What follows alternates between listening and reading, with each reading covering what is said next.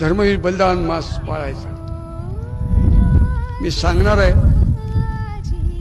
आणि माझा विश्वास आहे ते जे काही शोक, ते दुःख, ते सुतक केवळ संभाजी महाराज नाही आहे, ते आम्हालाही आहे, ते भोसले कुलोत्पन्नांनाही आहे.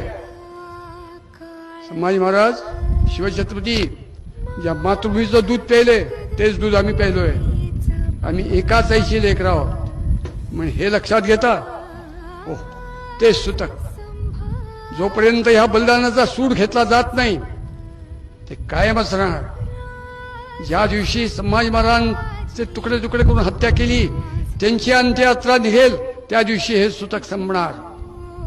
हे लक्षात ठेवून हा धर्मवीर बलिदान मास अत्यंत कडवेपणाने डोक्यावरची केस काढून टाकून हो शेंडी ठेवू